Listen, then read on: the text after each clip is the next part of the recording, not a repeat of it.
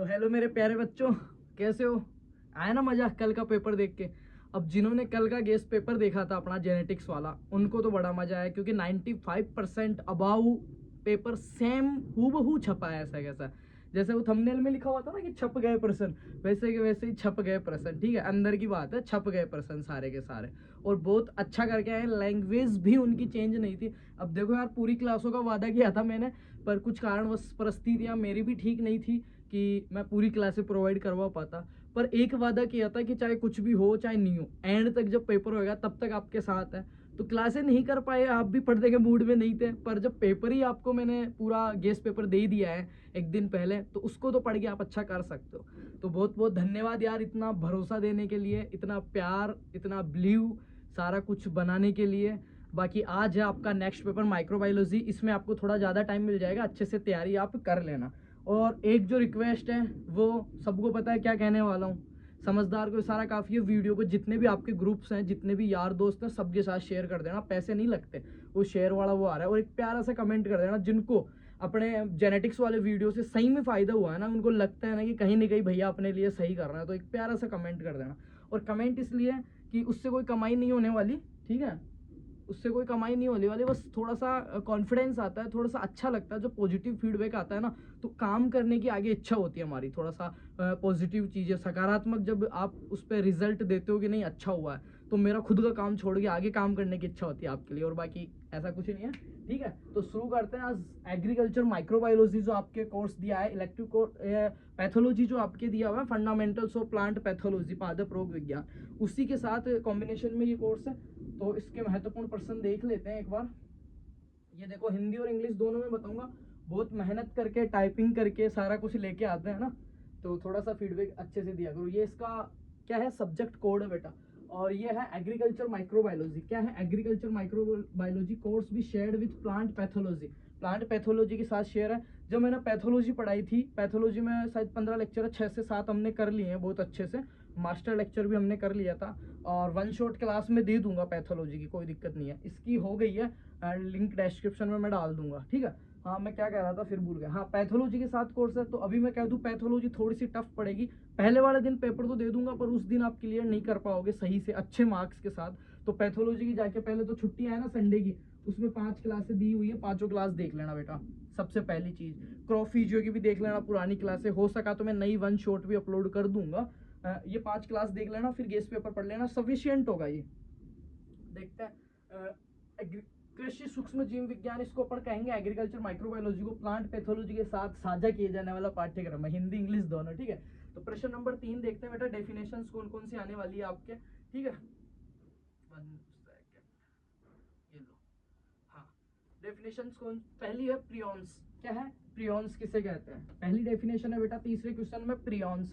Second आपके viroids. क्या है विरोइड्स, यहाँ पे दिख रहा होगा, वायरोइड्स या विरोइड्स इनको बोलते हैं। थर्ड आपके है कृषि अपशिष्ट या कीटनाशकों का जैव अपघटन। क्या है, कृषि अपशिष्ट या कीटनाशकों का जैव अपघटन, बायोडाइजेशन ऑफ एग्रोवेस्टेज। एग्रोवेस्टेज क्या होता है, एग्रो मतलब कृषि, जो कृषि से जो अपशिष्ट अपने को मिलते हैं, मेनली कौन सा, पेस्टिसाइड्स जो होते हैं, केमिकल्स जो अपने होते हैं, उनसे जो अपशिष्ट जो अपने मृदा में बच गए हो, चाहे से अपने को डायरेक्ट या इनडायरेक्ट रूप से जो भी अपने लिए वो हो गया ना अपशिष्ट एग्रीकल्चर का, उनका निवारण कैसे करेंगे, और कौन सा, बायोडायनेमिक, जैविक, ठीक है, जैव अपघटन किस सूक्ष्म जीवों के द्वारा या किसी सजीव के द्वारा किस हिसाब से उसको अपन क्या कहेंगे, खत्म करेंगे, उस चीज के बारे में लिखना है। छोटे प्रश्न में भी आ सकता है, और जो शॉर्ट कमेंट्स है उसमें भी ये क्वेश्चन आपके आ सकता है बेटा। उसके बाद में दिया है जीएमओ, जो कि सबको पता है, जिसने एग्रीकल्चर माइक्रोबायोलॉजी पढ़ी है उसको सबको पता है जीएमओ। अमोनीकरण पता है ना, अमोनीकरण, नाइट्रिफिकेशन, अमोनीकरण, हमने ये अभिक्रियाएं पढ़ी थी, मैंने वो बनाया था ऐसे तीर का निशान लगा के, जीवाणु का नाम लिखा था, ठीक है, कौन से संस्तर में होता है, धान वगैरह पढ़ा है, याद है कुछ, अमोनियम वगैरह नहीं है तो क्लासे देख लेना और पढ़ लेना जो भी नोट्स आपके पास है बेटा। आगे देखते हैं, अमोनीकरण के बाद में क्या दिया हुआ है, जीवाणुओं का द्विधारीय विखंडन, जीवाणुओं का द्विधारी विखंडन, binary fusion of bacteria, binary द्वि विखंडन शब्द से समझ में आ रहा है, थोड़ा सा अगर जोर मारोगे ना, सबसे बाइनरी फ्यूजन ऑफ बैक्टीरिया। पहली बात तो बैक्टीरिया की बात हो रही है, जीवाणु की, ठीक है, जीवाणु की खोज किसने की थी, एंटनी वॉन ल्यूवेनहॉक ने। या अपन कह सकते हैं सबसे पहले जो लिविंग ऑर्गेनिज्म या लिविंग कोशिका की जो खोज हुई थी, सजीव कोशिका की खोज, वो किसने की थी, उन्होंने की थी। और किस किस रूप में की थी? जीवाणु के रूप में की थी। क्या नाम दिया था उसे? एनिमलक्यूल नाम दिया था, ठीक है। और मृत कोशिका की खोज किसने की थी? रॉबर्ट हुक ने की थी। और सजीव कोशिका की, ठीक है, सूक्ष्मदर्शी की, वो सब वही है, ठीक है। तो बाइनरी फ्यूजन मतलब द्विधारी विखंडन, द्विधारी, बीच में धार होगी और दो भागों में बट जाएगा। अमीबा में होता है मेनली, दो भागों में बट जाएगा, ठीक है। आगे देखते हैं स्वतः उत्पन्न होने का सिद्धांत। ये मैंने इसकी बायोलॉजी की जो क्लास है अपनी ओरिजिन ऑफ अर्थ की जो है ना, ओरिजिन ऑफ लाइफ, कि जीवन का विकास कैसे हुआ, उद्भव कैसे हुआ, उसमें हमने पढ़े थे अलग अलग सिद्धांत। वो गेहूं का वो था, पसीने से चूहा बन गया, किसी ने क्या सिद्धांत दिया, किसी ने मांस को रखा बंद करके, एक मांस की मटकी के अंदर छोटे छोटे सूक्ष्म जीव हो गए, वो वाला है ये, ठीक है। थ्योरी ऑफ स्पर्मेजेनेसिस, ठीक है। स्वतः उत्पन्न होने का सिद्धांत, स्वतः कैसे उत्पन्न होता है। फिर दिया हुआ बेटा बैक्टीरियोफेज, अति महत्वपूर्ण है, और इसके में लगा रहा हूँ 2 स्टार। क्या? 2 स्टार। ये क्या है? अति महत्वपूर्ण है। उसके बाद में देखते हैं चौथा क्वेश्चन बेटा। चौथा क्वेश्चन कौन सा? आपका अंतर वाला जो क्वेश्चन आता है, बीच में डंडा करके आपको लिख के आना है, वो वाला, ठीक है। और इनको यार हल्के में मत लेना, सही में पढ़ के जाना। मैं ये कह रहा हूँ टॉप तो नहीं करोगे, पर ये जो क्वेश्चंस बताते हैं ना, 7 क्वेश्चन बताते हैं और 7 ही पेपर में आते हैं। अगर ये 7 क्वेश्चन भी आप ढंग से एक बार पढ़ के जाते हो, रिवाइज करके जाते हो ना, मैं ये कह रहा हूँ कोई भी बच्चा फेल नहीं होगा, अच्छा खासा लिख के आएगा वो, है ना, अगर थोड़ी बहुत क्लासें देखी और वो। ये देखते हैं प्रश्न 4, डिफरेंस बिटवीन, किस किस में अंतर करना है। देखो इधर है प्रोकैरियोटिक और यूकैरियोटिक कोशिका, प्रोकैरियोटिक और यूकैरियोटिक। अब ये इसको कैसे याद रखना है? प्रो मतलब पुरानी, प्रो मतलब पुरानी कोशिकाएं हैं, तो इनमें अधिकतर चीजें नहीं पाई जाएगी, अल्प विकसित पाई जाएगी, राइट। और यू मतलब NEW, न्यू, न्यू का मतलब नहीं है, इसका मतलब केंद्रक भी विकसित होगा, केंद्रिका भी पाई जाएगी, सारी चीजें इसमें क्या होगी? ज्यादा विकसित होगी, नई चीजें तो ज्यादा मॉडर्न होगी, ज्यादा अपडेट होगी, ठीक है। और मेरे को लगता है यार ये यूकैरियोटिक और प्रोकैरियोटिक कोशिका में अंतर तो अपन शायद, मेरे को जहां तक याद है 7th या 8th क्लास से पढ़ते आ रहे हैं, तो ये किसी बच्चे को गलत नहीं होना चाहिए, और फिर से ये आएगा, ठीक है, याद रखना इसको। उसके बाद में मेसोफिलिक और थर्मोफिलिक, ठीक है, mesophilic and thermophilic bacteria. Meso और थर्मो कौन से? जो अधिक तापमान में रहते हैं वो वाले, ठीक है। इनमें अंतर आपको करना है। सबसे महत्वपूर्ण फिर से मैं बता रहा हूँ, बैक्टीरियोफेज, GMO, अमोनीकरण, और ये ग्राम पॉजिटिव बैक्टीरिया और ग्राम नेगेटिव बैक्टीरिया जो है बेटा, उनके अंदर आपको अंतर लिखना है। अधिकतर बैक्टीरिया कौन से होते हैं? ग्राम नेगेटिव, ठीक है। ग्राम नेगेटिव और पॉजिटिव, जब इनको अभिरंजित करते हैं, कौन से कलर के होते हैं, क्या पाया जाता है, क्या नहीं पाया जाता, ठीक है। ग्राम पॉजिटिव और ग्राम नेगेटिव बैक्टीरिया में अंतर दिया हुआ है, तो ये भी बहुत ढंग से आप पढ़ के जाओगे, है ना। एक बार, अरे यार एक साथ डिलीट कर देते ना इनको, ये रहा gram positive and gram negative bacteria. उसके बाद में है कीमोस्फेयर और फोटोस्फेयर, ठीक है। कौन से हैं? कीमोट्रॉफ और फोटोट्रॉफ, सॉरी स्पेयर नहीं है, कीमोट्रॉफ और फोटोट्रॉफ, ठीक है। कीमोट्रॉफ और फोटोट्रॉफ, एक तो जो रसायनों से खाना बनाते हैं या केमिकल उसमें इन्वॉल्व होता है, एक प्रकाश से, वो चीज है ये, ठीक है। तो ये दोनों भी सूक्ष्म जीवों के उदाहरण है, उनमें अंतर आपको देखना है। प्रोकैरियोटिक, यूकैरियोटिक, ठीक है, mesophilic, thermophilic, gram positive, gram negative, और आपका कीमोट्रॉफ और फोटोट्रॉफ में आपको अंतर देखना है। अब देखते हैं बेटा 5वां क्वेश्चन, ये देखो 5वां, ये लो, जो शॉर्ट या जस्टिफाई आता है ना कमेंट, उसके बारे में देख लेते हैं अपन। कोच का सिद्धांत, explain the importance of, sorry ये रहा कोच का सिद्धांत आपको देखना है।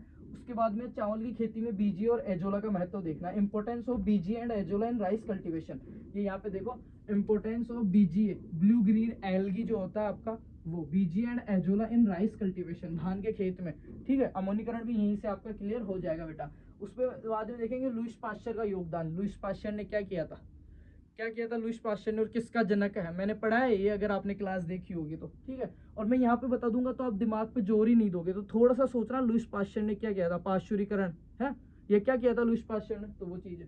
क्वेश्चन नंबर 6 देखते हैं बेटा, व्याख्या करने का। और यार क्लास को शेयर जरूर कर देना, ठीक है। फ्री ऑफ कोर्स दे रहे हैं हम, कोई कोर्स, कोई पेड कोर्स, कोई कुछ नहीं है, जितना मेरे से बन पाता है, मैंने कहा था मैं फ्री रखूंगा तो फ्री है। इतना सा फर्ज तो आपका भी बनता है, इस क्लास को ज़्यादा से ज़्यादा शेयर कर दें और एक प्यारा सा कमेंट कर दें, ताकि मैं आगे भी काम करता रहूँ पॉजिटिविटी के साथ। एनर्जी मिलती है यार मेरे को जब आप अच्छा फीडबैक देते हो ना।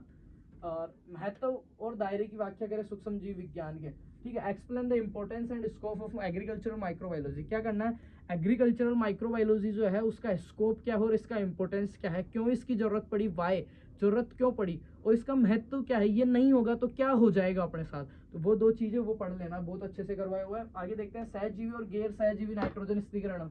वाले बीच अंतर करना है और बैक्टीरिया की विभिन्न प्रजातियों का नाम बताना है जो दोनों स्त्रीकरण में शामिल है। क्वेश्चन को समझ लो क्या करना है। सबसे पहले तो बैक्टीरिया जो आपका है जीवाणु, जितने भी स्त्रीकरण करने वाले जीवाणु हैं, चाहे से फिर वो सहजीवी हो चाहे से फिर वो गैर सहजीवी हो, कौन से हो, सहजीवी हो चाहे से गैर सहज, सिम्बायोटिक हो या नॉन सिम्बायोटिक हो, नॉन सिम्बायोटिक हो या सिम्बायोटिक हो, जितने भी जो जीवाणु है जो नाइट्रोजन का स्त्रीकरण करते हैं उनकी प्रजातियों के नाम आपको मालूम होना चाहिए। दूसरा क्या है इसमें, ये देखो symbiotic and non symbiotic nitrogen fixation आपको समझाना है, ठीक है। आगे देखते हैं बेटा, बिल्कुल इजी लैंग्वेज में क्वेश्चन दिए हुए हैं। सहजीवी और गैर सहजीवी नाइट्रोजन स्थिरीकरण के बीच अंतर समझाना है और बैक्टीरिया की कौन कौन सी जातियां हैं जो ये करती है वो समझाना है। आगे देखो, मिट्टी में मौजूद विभिन्न सूक्ष्म जीवों को लिखिए, सल्फर और फास्फोरस चक्रों पर गणना कीजिए। सल्फर साइकिल और फास्फोरस साइकिल, इन दोनों के बारे में आपको मालूम होना चाहिए, ठीक है। कौन कौन से इसमें स्यूडोमोनास है, कौन कौन से जीवाणु हैं जो किस हिसाब से ये साइकिल चलता है, ठीक है। वो ये देखो, right the different microbiology present in soil, ऐसे कौन कौन से माइक्रोबायोलो वो हैं सूक्ष्म जीव हैं जो सोइल के अंदर प्रेजेंट होते हैं। Discuss about sulphur and phosphorus cycle, sulphur cycle और फास्फोरस साइकिल के बारे में आपको डिस्कस करना है, मतलब देखना है। और ये बेटा सबसे लास्ट क्वेश्चन व्याख्या करेंगे, सबसे बड़ा वाला क्वेश्चन, और इसमें से हम पूरी पूरी उम्मीद लगाते हैं कि ये क्वेश्चन जिन बच्चे ने सही लिख के आया ना वो बहुत अच्छा स्कोर करता है, क्योंकि 10 नंबर पर कितने नंबर का आता है आपके, है ना। देखते हैं, राइजोस्फीयर और फाइलोस्फीयर में पादप सूक्ष्म जीवों की परस्पर क्रिया अपने को लिखनी है। Plant microbial intention of rhizosphere and phyllosphere, ठीक है। आगे देखते हैं, साइलेज क्या है, साइलेज उत्पादन में एमओ की भूमिका पर चर्चा कीजिए। साइलेज क्या है और माइक्रो, एमओ का मतलब क्या है, माइक्रो ऑर्गेनिज्म, सूक्ष्म जीव बेटा क्या है, ऐसे चिड़ मत जाना। एमओ क्या होता है ढूंढते रहो, साइलेज। और साइलेज क्या होता है, चारा संरक्षण की विधिया में पढ़ा होगा, है और साइलेज। साइलेज में क्या होता है, किण्वन होता है, इसके कारण इसमें क्या होती है, खटास होती है, अम्लता होती है, पीएच कितना होता है 3.4 लगभग, है ना। और मुख्यतः साइलेज किससे बनता है, किससे बनता है साइलेज भाई, है तो किससे बनता है, जैसे सूखे है, कड़वी हो गई अपना, उनसे बाजरा हो गया, ठीक है। और साइलेज किनसे बनता है, साइलेज, साइलेज के लिए बेस्ट कौन कौन सी है, मक्का, ठीक है, लिखा हुआ है मेरा, तो वहां से एक बार देखना पढ़ना इन चीजों को, ठीक है। अभी अपने को क्या है, साइलेज क्या है, साइलेज एक चारा संरक्षण की विधि के द्वारा एक खाई के अंदर डाल के, जिस खाई को क्या कहते हैं, साइलो, साइलो कहते हैं, ठीक है। और क्या है, एक स्वादिष्ट नमी युक्त खटास युक्त पौष्टिक चारा है, क्या है, पौष्टिक चारा है, ठीक है। साइलेज उत्पादन में माइक्रो जो आपके ऑर्गेनिज्म में है सूक्ष्म जीव, उनकी क्या भूमिका है भाई। जब किण्वन होएगा अवायवीय स्थिति में किसी गीले चारे को अपन दबा देंगे खाई में, वहां पे फर्मेंटेशन होगा, गैसों का निर्माण होगा, अम्लों का निर्माण होगा, वो कौन करेगा, सूक्ष्म जीव करेंगे, तो उनकी भूमिका आपको लिखनी है। आगे देखते हैं, सबसे लास्ट, मिट्टी में कार्बन का लेवल वाला चक्कर बनाइए। क्या करना है, draw level cycle of carbon in soils, draw level cycle of carbon in soil, carbon soil आपको बताना है, ठीक है। देखो, मिट्टी में कार्बन का लेवल वाला चक्कर बनाइए, विषम पोषी सूक्ष्म जीवों की भूमिका पर चर्चा कीजिए। क्या करना है, discuss role of heterophilic micro organism, क्या हेटेरोफिलिक, हेटेरोफिलिक को क्या कहते हैं अपन, विषम पोषी सूक्ष्म जीव, क्या कहते हैं, विषम पोषी सूक्ष्म जीव, ठीक है, हेटेरोफिलिक। तो ये हो गया बेटा आपका, एक बार दोबारा से रिवाइज करवा देता हूँ, मैं दिखा देता हूँ। बाकी सभी को बेस्ट ऑफ लक, पूरे फार्मर्स लव यूट्यूब जो अपनी फैमिली है उसकी तरफ से, और स्पेशली थैंक यू एस स्वामी सर, अपने शंकर लाल स्वामी सर को, जिन्होंने भी हमारा बहुत ज़्यादा कोऑपरेट किया, क्योंकि मेरे पास टाइम था नहीं, तो उन्होंने बहुत सारा मैटर मेरे को प्रोवाइड करवाया, टाइपिंग वगैरह उन्होंने की है सारी, मैंने कॉपी पेस्ट कर दिया। वैसे मैं भी करता हूँ, पर अभी की बार थोड़ा सा बिजी थे, घर पे तरबूज वगैरह का काम है, थोड़ा कुछ और भी मकान अकान का काम चल रहा है ना, तो बेलदारी करनी पड़ती है ना, लग रहा होगा शक्ल से, ईंटें उठानी पड़ती है सुबह 10 से शाम को 5 बजे तक। जो मिस्त्री लोग हैं उनके साथ लगना पड़ता है, हम क्या मजदूरी बचा रहे हैं गरीब आदमी है ना। और कोई काम छोटा बड़ा नहीं होता, आराम से घर का काम है करो, नजर रहती है ना कितनी ईंट लग रही है, किस हिसाब से लग रही है, ज्यादा लगा देते हैं ना, बाहर का आदमी इतना नहीं कर पाता। तो सभी को यार बेस्ट ऑफ लक, और थैंक यू सो मच इतना प्यार देने के लिए, भरोसा देने के लिए, विश्वास देने के लिए। अब एक छोटी सी रिक्वेस्ट है कि ज़्यादा से ज़्यादा शेयर कर देना, बाकी सब्सक्राइब कोई दिक्कत नहीं है, करना है तो कर लेना, बाकी डेली अपडेट चेक करते रहना। सारे क्लासेस आपको मिलते रहेंगे, सारे आपके आगे भी 8th सेमेस्टर तक भी और आगे एमएससी तक भी आपको चीज़ें कि क्या करना है क्या नहीं करना, जो सही गाइडेंस है वो मिलता रहेगा। प्रॉपर एक मेंटरशिप जो होती है वो आपको फ्री ऑफ कॉस्ट मिलती रहेगी। तो उसके लिए शेयर वगैरह कर देना। बाकी Sagwan Swami sir, thank you so much बेटा। ये पेपर एक बार देख लो जल्दी से तुम, या ये लो। छोटे क्वेश्चनों में क्या है मैं रिवाइज करवा देता हूँ। प्रियोन है, वायरस है, और आपके जो कृषि अपशिष्ट है उनका क्या है, बायोडाइजेशन है, जीएमओ है, अमोनीकरण है, और क्या है, बाइनरी फ्यूजन ऑफ बैक्टीरिया है, स्वतः उत्पन्न होने का सिद्धांत, बैक्टीरियोफेज है बेटा। अंतर किसमें है, यूकैरियोटिक और प्रोकैरियोटिक सेल्स में है, मीजोफिलिक और थर्मोफिलिक बैक्टीरिया में है, ग्राम पॉजिटिव और ग्राम नेगेटिव बैक्टीरिया में है, क्रोमोट्राफ और फोटोट्राफ में आपके अंतर दिया हुआ है। फिर दिया हुआ है कोच का सिद्धांत और चावल की खेती में, importance of BGA and azolla in rice cultivation. उसके बाद में दिया हुआ है Louis Pasteur, contribution of Louis Pasteur, Louis Pasteur का क्या योगदान है बेटा। आगे छठा क्वेश्चन दिया हुआ आपको आपका जो explain the importance and scope of agriculture microbiology, agriculture microbiology का स्कोप और आपको इंपॉर्टेंस आपको बताना है। उसके बाद में दिया हुआ है आपके सिम्बायोटिक और नॉन सिम्बायोटिक जो नाइट्रोजन फिक्सेशन बैक्टीरियाज है उनके बारे में, और जितने भी नाइट्रोजन फिक्सेशन बैक्टीरियाज है उनकी सारी जो प्रजातियां स्पीसीज है वो आपको देनी है। देन आपको दिया हुआ है मिट्टी में मौजूद सूक्ष्म जीव, सोइल के अंदर कौन कौन से माइक्रो ऑर्गेनिज्म प्रेजेंट होते हैं उनके बारे में आपको बताना है। और सबसे महत्वपूर्ण सल्फर और फॉस्फोरस साइकिल आपको याद करके जाना है बेटा। सातवां क्वेश्चन देखते हैं, राइजोस्फीयर और फाइलोस्फीयर पादप सूक्ष्म जीवों की परस्पर क्रिया आपको बतानी है। साइलेज के बारे में बेटा आपको बताना है। देन आपको मिट्टी में कार्बन का लेवल या कार्बन कितनी उपस्थिति था वो बताना है। और क्या बताना, विषमपोषी सूक्ष्म हेटेरोफिलिक माइक्रो ऑर्गेनिज्म का रोल आपको डिस्कस करना है। तो ये था आज का पेपर, उम्मीद करते हैं अच्छा जाएगा। ज़्यादा से ज़्यादा आप शेयर करोगे और अच्छे से अच्छा फीडबैक आप दोगे। बाकी thank you so much, love you, बहुत सारा प्यार है मेरे सारे भाइयों को, मेरी सारी बहनों को, और ऐसे ही भरोसा बनाए रखना। Thank you so much and best of luck. अच्छे से अच्छा करके आओ, अच्छा लिखो, अच्छे लोगों के साथ रहो, अच्छा खाओ, अच्छा पहनो, अच्छा दिखो, और एक दिन आप अच्छे बन जाओगे, ट्रस्ट में। Okay, thank you so much.